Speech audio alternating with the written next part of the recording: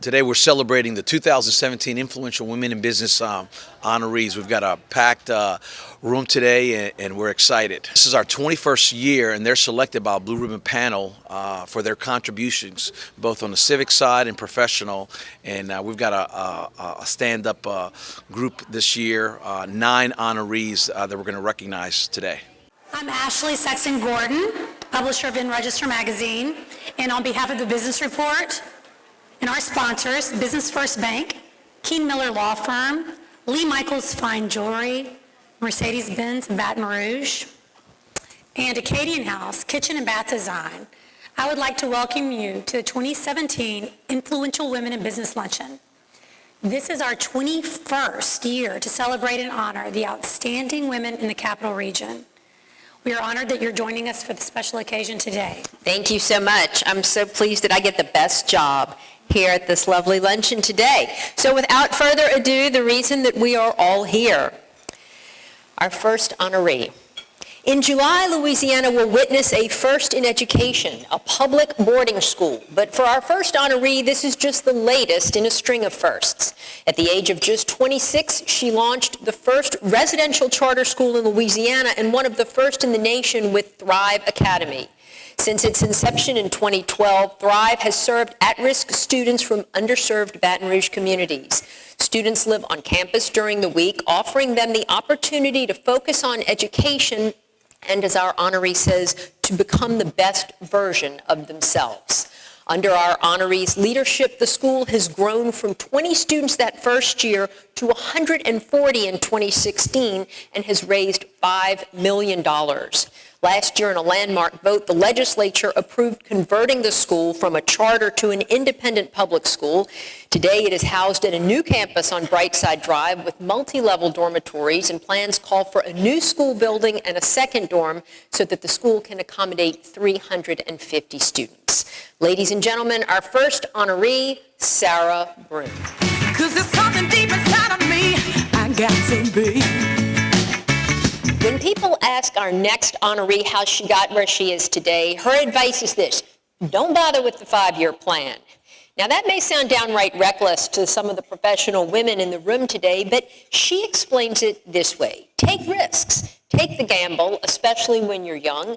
You won't fall flat on your face, and a 5-year plan might mean missed opportunities and a sense of failure if something unexpected happens.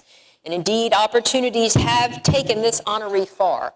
Her risk-taking has led her to the nation's capital as a consultant to the United Nations. It brought her back home to Louisiana as a policy advisor to former Governor Bobby Jindal, where she led the charge for ethics reform, and as a key player advocating for legislation aimed at improving public school accountability and empowering families with school choice. Today, she is the Senior Vice President of Policy and Research for the powerful business lobby, Louisiana Association of Business and Industry. Please join me in congratulating Camille Conway. Go to work, make up, try to keep the balance up between love and money. She used to tie her hair up in ribbons. You might recognize this next honoree's work around Baton Rouge. Her expertise has been sought out for several high-profile projects embedded in the city's skyline, including the old Entergy site at Mid-City. She and her husband personally developed the Salts Building, a 6-unit multifamily complex, and 438 Main Street apartments, the first affordable housing built downtown in over 50 years. With degrees in accounting and law, she founded her own business, National Housing Consultant Services, to advise public and private entities on affordable housing and funding opportunities nationwide. Unfortunately, she was unable to join us today, but for a good reason. She is attending her son's graduation from law school. Ladies and gentlemen, Helena Cunningham. Our next honoree took a big risk in 2000. That's when this civil engineer, known for managing environmental permitting for the multi-billion-dollar Shintech plant, left her secure job at a consulting firm in Baton Rouge and joined 3 of her colleagues who had left to start their own venture. Why was it risky? Well, she had 2 young sons at the time. Today, she is CEO of that venture. Providence, one of Baton Rouge's largest multidisciplinary engineering and environmental services firms with offices in Louisiana and Texas. The move, she says, was the boldest thing she's ever done. But it wasn't her only bold move. In 2000, she cut back on her work hours to 30 a week for the next 8 years so that she could have time to raise her sons at a time when asking employers for work-life balance wasn't exactly common. Today, she says she has no regrets. Let me introduce Karen Holden.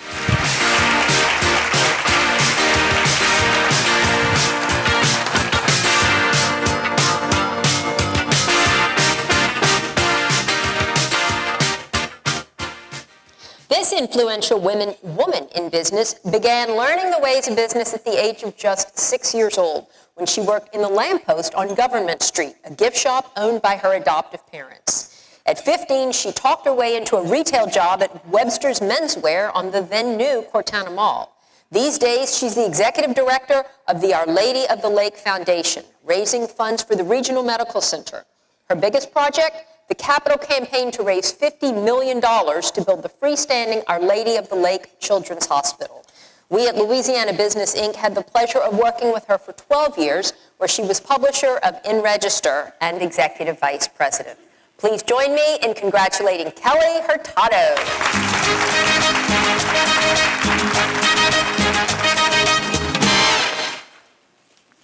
Todo aquel que piense que la vida es desigual tiene que saber que no es así, que la vida es una hermosura. If you've ever had the pleasure of hearing our next honoree speak, you've been entertained, enlightened, and motivated. Her inspiration and influence extends from the 4 little girls, just ages 2 to 7, that she is raising with her husband, to the many professional women she reaches through her motivational speaking firm, Screaming Peacock, and her networking group, The Alliance. And as if that weren't enough, she's also training director at Emergent Method, a rapidly growing management consulting firm where she leads a team that offers training to businesses that need help with leadership development, networking, presentations, and other skills. Before that, she was the chief promoter and salesperson of Baton Rouge at the Baton Rouge Area Chamber, where she was in charge of attracting and retaining talent for area businesses. Please show your appreciation for Julie Laperouse.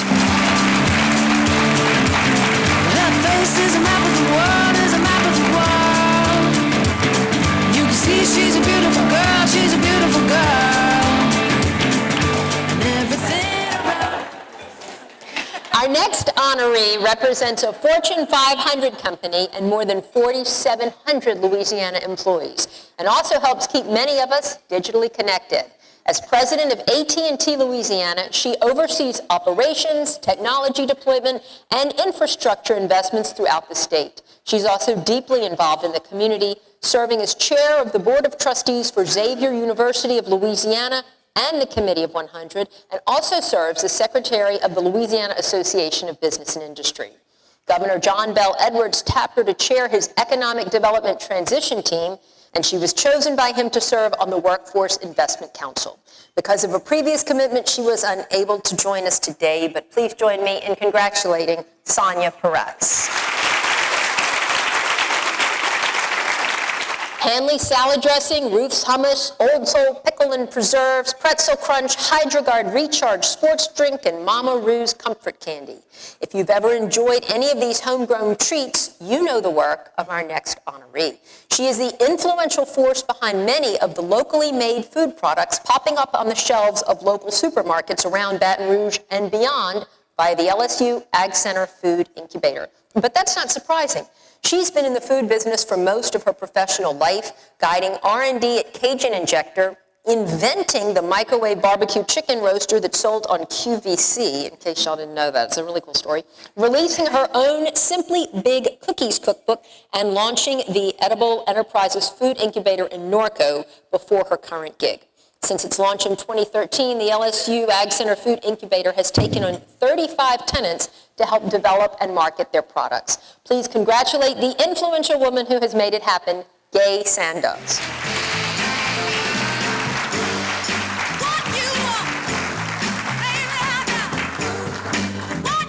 Now, last but not least, at the age of 25, our final honoree faced one of her biggest life challenges when her mother died and her 13-year-old sister came to live with her. Facing the need to maximize her earning potential was the impetus for her to start the business that is now thriving under her ownership.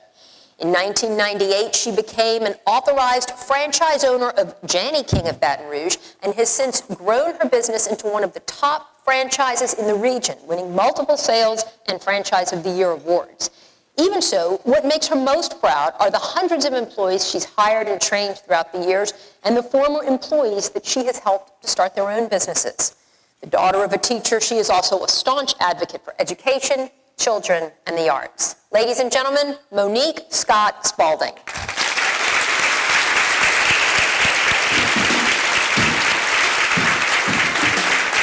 used to bite my tongue and hold my breath, scared to rock the boat and make a mess. So I said quietly, agreed politely. I guess that I forgot I had a choice. I let you push me past the breaking point. I stood for nothing, so I fell for everything. One more time, ladies and gentlemen, I give you the Baton Rouge Business Report 2017 Influential Women in Business. Tell us your reaction to winning the award. Well, I was flattered, of course, surprised, honored, humbled. It's pretty exciting, though. My initial reaction, I think my exact words to Penny Font were, I'm not even the most influential female in my household. I have 4 daughters. And I was pretty shocked, and I was very honored. I think maybe I was even more honored that I was nominated by some of my colleagues and then also a close friend. I am flattered. I love Louisiana. I was born here. I love Baton Rouge, and I look forward to a great future. It's quite an honor, and it's very humbling. It's maybe a little teeny tiny bit embarrassing for a minute, but it's great. It's a wonderful feeling. We were very excited and surprised to get it, but clearly it's a fabulous group of women, and I'm very honored to be part of that group. Taken aback, really. I think when you look at the group of women that are being honored and the women that have been honored in the past, I'm just so incredibly honored to be a part of that group. It was truly an honor to win the award. I am humbled to be listed among the phenomenal women of the Baton Rouge community. Ladies and gentlemen, please help me welcome the founder and CEO of Circular Board, Carolyn Rods.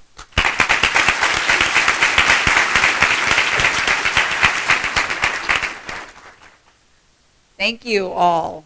Wow is all I have to say. What incredible women. And it's so amazing to see this room full of even more accomplished women. So thank you for having me here today. It is really an honor and such a joy to be here in Baton Rouge with you all. As much time as I spend with women these days, it never gets old. I was reminded of what a bubble I live in last week when I was at Dell EMC World. We just launched a new technology platform called Alice. And we were in a room full of a hotel full of 15,000 people, probably 98% of which were men. And it was funny because every time we'd see a woman in the room, we'd give each other that nod, I got you. And then we'd do a quick glance at the shoes and give a nice sign of approval. That's good. But it's really refreshing to see just the amazing amount of support out there, because ladies, I really feel like this more than ever before is our time. We are coming together with these collective voices and stronger than ever, and I think the world is ready for us. And I noticed this last week, in spite of the fact that we were in this hotel filled with men, there was such support for what we were doing. We were launching a platform that was connecting women entrepreneurs to the resources that they need to grow and scale. And we were in a booth next to Samsung and Toshiba and all of these other companies that were launching their new technologies and showcasing their new things to the world. And we were the #3 most covered story out of Dell EMC World, which is shocking and amazing. And I really think a testament to all of us, because the number of people who stopped by and wanted to help and wanted to support was really telling. So one of the things that we did at our booth was ask for advice for entrepreneurs. And as people started giving their advice, and they were putting it on the wall, we had everyone from Michael Dell come by to heads of state from other countries. And these incredible people coming to give their advice, and I started reading the wall. I'm like, all of this is not just advice for entrepreneurs, it's advice for everybody. And so I wanted to share just some of the things, as I started thinking about the advice that I would offer, and I get asked this question a lot, because I think people sometimes think I know what I'm talking about a little more than I probably do. But I wanted to share that because there are just these incredible learnings, I think, that come out of starting a company that really impact us across our lives. So if we could pull the slides up, I'll share some of these today.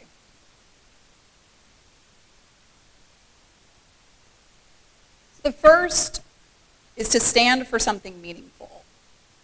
And I think it's easy to go through our careers with great intentions and with lofty aspirations. But this is a lesson that took me a really long time to learn. And I wish in hindsight that's something I would have known much earlier. When I graduated from Texas A&M, are there any Aggies in the room? I'm not that far away, you guys. I'm in Texas. Come on. Never mind. So I was considering a couple of different career paths, and they were very divergent career paths. But one was to go become an investment banker at JP Morgan, and the other was to go teach English in India. And I presented these options to my parents, and you can imagine which way they pushed me very strongly. But I was really torn between I wanted to do something important in the world, but when they sent me that offer letter with that number, I caved, partly under the pressure of my parents too. But I ended up going to work for JP Morgan, and it was an incredible experience and one that has really shaped who I am today. And I certainly don't regret it by any stretch, because I don't think I would be here today if it weren't for that. But I think through that period and being there for several years, I lost a little bit of that pull to serve the world in some way. And I justified this by telling myself that I would donate my annual bonus to something meaningful. But as a recent college graduate, there were a lot of things I had to spend my money on, and not my whole bonus went there, but some of it did. And while I knew all along that JP Morgan wasn't my final career destination, I started to fool myself into thinking that there were other things that were really important, like flexibility, because someday I wanted to have a family. And all along, I sort of buried this idea that having something really meaningful and giving back to the world could wait for later. So I started a company, did kind of a career 180 in the retail space, and failed miserably. It was the first time that I had put myself out there and put everything into something that I cared about and that I wanted to succeed, and failed. And I'll talk a little bit more about that later. So started over again, learned a lot in that process, and started a second company. But I still felt like there was something lacking. And that something was, again, that need to stand for something meaningful. And so I started investing and advising other companies once I had exited my second company, and learned a lot through that process. And that was really what led me to start Circular Board. For those of you who don't know, Circular Board is a digital accelerator for female founders. We've worked with over 13,000 women across 6 continents, some right here in Baton Rouge. For those of you who know Colleen Vargas back, I'll give her a little shout out here. Just a lot of fans in the room. Too bad she's not here to hear it. So started Circular Board, and the impetus behind Circular Board was really that answer to what I wish I would have had when I first started my company. But even on a bigger scale, it was really about empowering women and innovators to have the tools and the opportunity to achieve unlimited success, however they may define that. And it's amazing when you work with women in Mongolia, or you work with women right here in Baton Rouge, or you work with women in New York City, how similar their experiences are, and how similar their goals to serve their communities and their families are. And I think that's one of the common bonds that many of us in this room share here today. Ultimately, I think there's always that desire to give back and leave this world a little bit better than we found it. And while I absolutely love what I do with Circular Board. I can't imagine, frankly, a better career for myself. And as we continue to scale and grow that impact from thousands of women to now, through technology, millions of women, no doubt there are really stressful days in the work that I do. Last week being one of them, actually. So I think I probably have a little bit less hair now than I did last week. But it's that meaningful purpose that keeps pulling our team back together and that keeps us driving forward. And on those days when it's a little hard to get out of bed because there's just so much on the to-do list, or you just need that extra hour of sleep so badly, it's being in rooms like this with seeing all of you successful women and the things that you've accomplished and hearing how you're impacting your city and your world and your families that keeps me excited and motivated and driven. And I promise you, when I leave this room today, I'm going to be more fueled than ever to go out and do the work that I do. So thank you for that, because it really matters personally to me.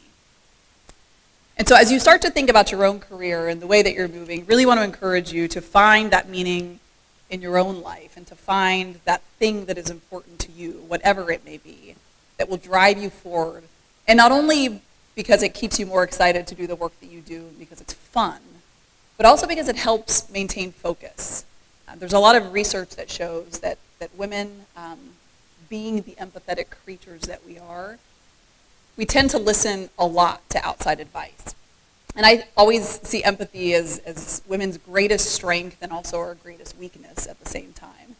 Because it's that thing that always keeps us second guessing and wondering what the person on the other end of the table is thinking. But it's also that thing that helps us listen and become great listeners and supporters and have great understanding of the people who we're serving and allow us to do our jobs extraordinarily well. And data, again, will even prove this. When you look at women in entrepreneurship, those who are fundraising have a really difficult time in the beginning. And it's often because of that empathy. We're constantly wondering, what is the investor thinking and how should I present this? And do I need to change what I'm saying to this person that I'm speaking to? But on the flip side, whereas product market fit in general tends to be one of the greatest obstacles for male-run companies, for females, it's quite the opposite. They often have incredible product market fit and are great leaders once they've gotten over those initial hurdles and lead wonderful teams and are in fact getting greater returns on investment. So we can applaud ourselves for that. So that empathy, it is, again, I think, something to be aware of because it helps us incredibly, but also in some circumstances can hinder us.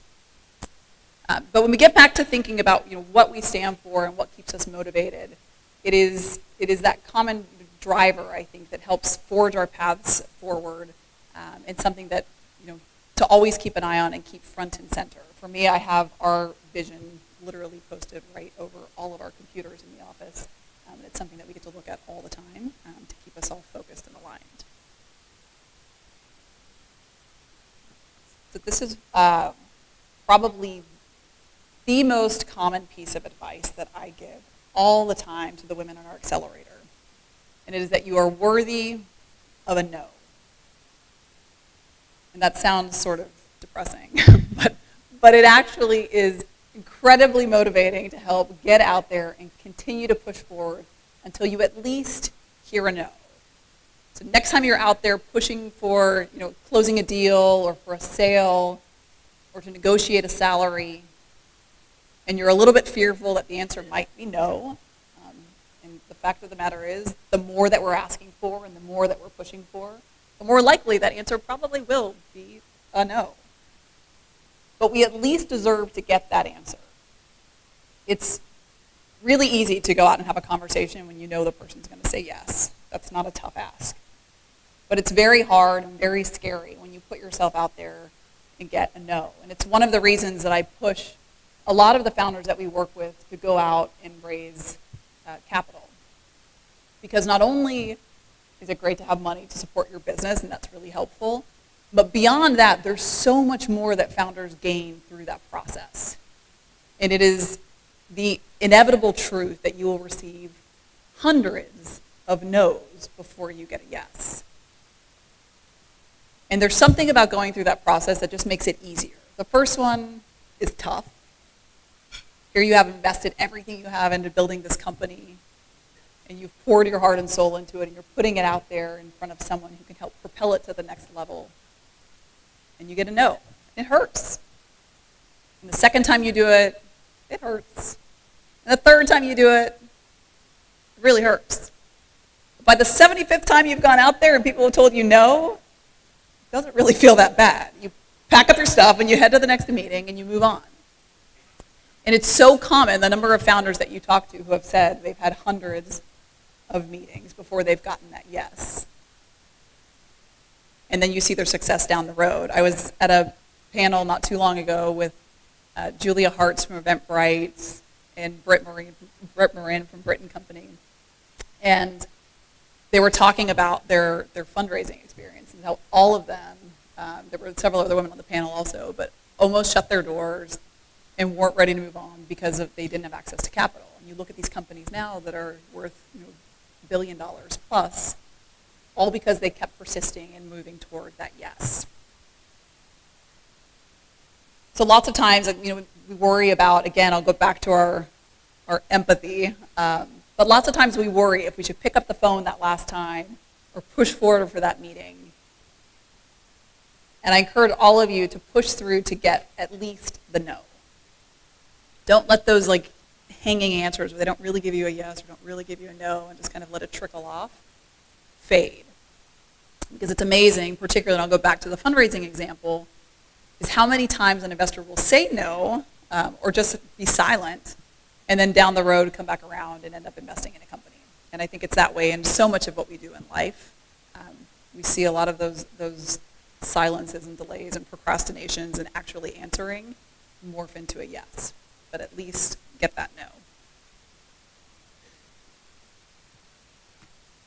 So I mentioned that my first company failed. And it was the greatest single lesson I've ever learned in my life because I poured all of my financial resources, a lot of time, a lot of energy into a company that didn't work. And it was really hard because I had started in investment banking. I was making a lot more money than most of my friends. I was doing really well. I was getting to meet with CEOs from around the country. And at 25, I felt like I was a lot cooler than I was. And was quickly humbled after I started my company. And I learned through that process the importance of failing fast. To take these little risks, to test things out, without throwing everything in there and believing so strongly in that something meaningful that you've identified. It's great to stand for something meaningful, but if the rest of the world doesn't care about it, it can be really difficult to get where you need to be. So I moved forward, but it was a really, really difficult process for me personally. And it's something that allows me, I think now in hindsight, to identify with so many of the entrepreneurs that we work with who are struggling and who are trying to figure out how they're going to make the next paycheck or how they're going to make it through another month. But when we start to mitigate those risks and we start to look at how do we take off these bite-sized pieces and find the highest risk of whatever it is that we're trying to face in life, how do we test that most risky assumption in the easiest way possible, mitigate that risk, and then move on to the next thing. We've been working, our team has been working at Pivotal Labs out in San Francisco for the last 4 months now. And never before have I seen this fail fast process put into place so well. The first day when we got there, and the way Pivotal Labs works is you literally work side by side with your team and a team of some of the greatest software developers and engineers in the world. They've worked on projects like with the Department of Defense and Ernst & Young, and I laughed because our client liaison on the first day, when I asked him what other projects he was working on, he told me the US government, Harley Davidson, and Circular Board. So I was very impressed that we had even made that list at all. But they have an incredible process of failing fast, and every day you identify in the morning what your greatest risk is to move forward with your company. And sometimes it's things like, just an assumption you made about how a customer will react to something, or what their preference is on color choices. It can be something really basic, but whatever it is that day that is the greatest risk of things that might make your company fail, you'd create an experiment around that risk and then mitigate it. And it's an amazing process to go through because it makes you face those fears head on. When you write them down in a list of priorities in terms of what is really important and what keeps you up at night, and you get it on paper, and you realize you actually have to do something about it today, it's incredibly liberating. And it's funny because I came home and started doing this with my life and my husband. I now have Post-it notes all over our house, and we've sort of changed the way we think about everything. But you start to think about what is it that concerns you, and what are your worries, and what are your fears, and when you put them out there and start to mitigate those day by day, nothing becomes that big and insurmountable.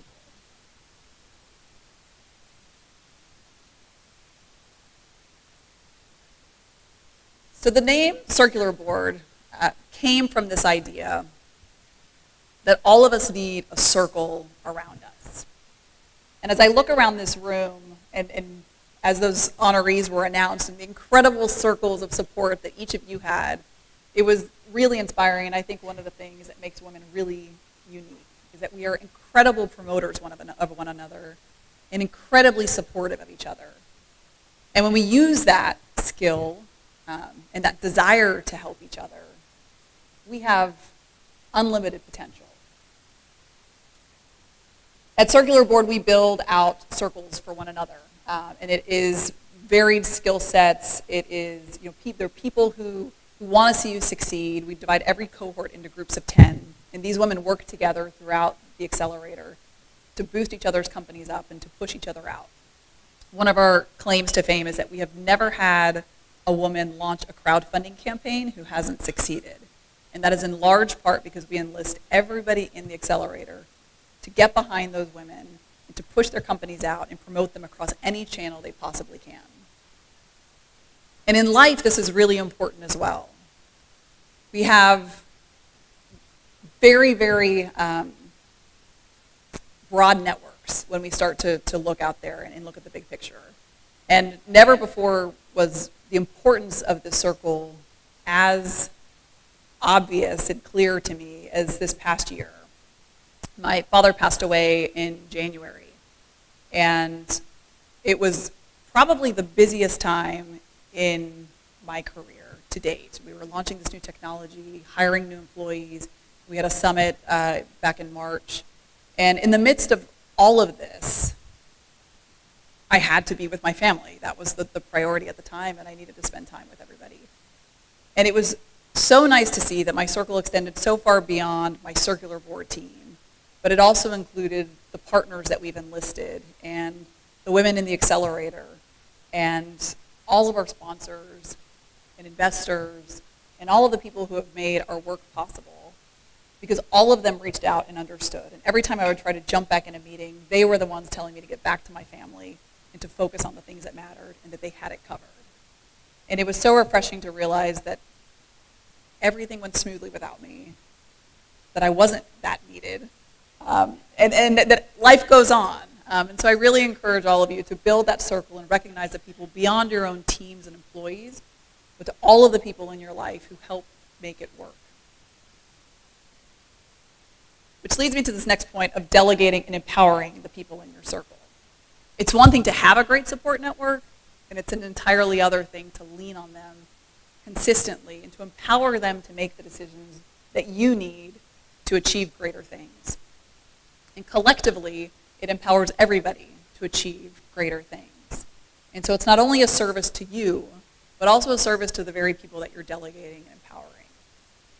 It is difficult as successful people and accomplished people and aspirational people to give up those reins, because I'm sure if any of you are like me, and I'm sure a lot of you are like me in this way, we have a really clear idea of how things should be, and think big. But when we give up those reins and when we empower the others around us, little by little, it starts to build something even greater than any one of us could achieve by ourselves.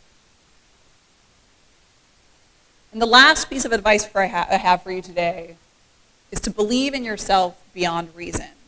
And I have to give credit here to Jessica Heron, because I stole this from her. If any of you know her, the founder of Stella and Dot.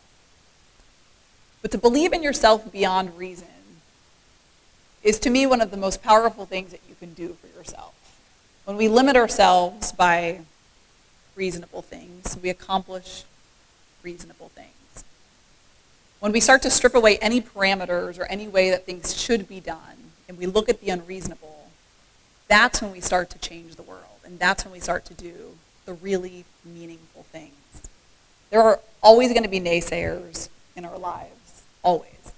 And even with good intentions, I'm sure many of your parents sometimes have been like, that's a horrible idea.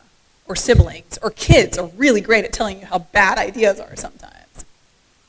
But strip that away and remember what you're doing that is meaningful and important, and believe in the unreasonable, because it's the only way that we can come together and start to do the real big things that are important and that matter. So thank you all so much for having me here today. I hope I've given you a little bit of food for thought, and challenge each of you to go out and do something meaningful in this world and to continue on your great and unique and important paths. Thank you. Well, I'm excited to talk to all of these women about some of the advice and findings that I've learned through working with startups over the past 12 years now, and a lot of that advice that applies to women of all careers and all different paths. I think, some of the greatest advice that I ever received was to act at 80%, not to wait for that perfect moment, because it never arrives, to fail and fail fast, and to continue to put yourself out there. And when things don't work out, learn from that and try again. My vision for Baton Rouge is that when my daughters are old enough to potentially receive this award, that men and women and little white children and little African American children all have the equal opportunities to be influential and make a mark with their career or with their personal lives in Baton Rouge. What's your vision for Baton Rouge?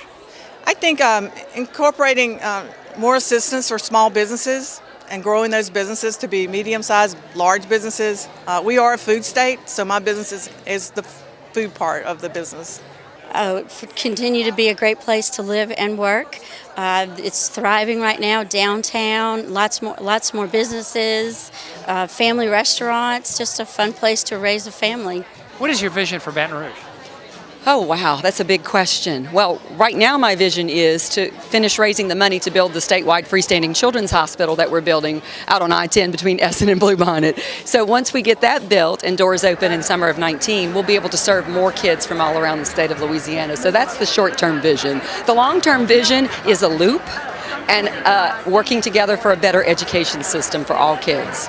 If I had a goal rather than a vision, or maybe it's both, it would be to see a world-class education system in this city. I noted that in my interview as well in the business report. I really think that's the key to transforming a lot of things in this city, and it would set us on the path that we need to be. I really see the strength of Baton Rouge is the way that we can come together as a community. It's certainly what made Thrive what it is today. And so my vision is that we continue to come together in ways that address the really systemic problems that we face in the city, like increased infrastructure and transportation in North Baton Rouge, increased educational opportunities, but doing it as a team effort. My vision for Baton Rouge is that we have a more inclusive community, and that we have a larger footprint in education and entrepreneurship. There's a lot of energy going on in the capital city. We had a great keynote speaker today, and so we believe that the best is yet to come for Baton Rouge. Well, if questions like more information, what should they do? They can go to businessreport.com. We're here to serve the community in the capital region.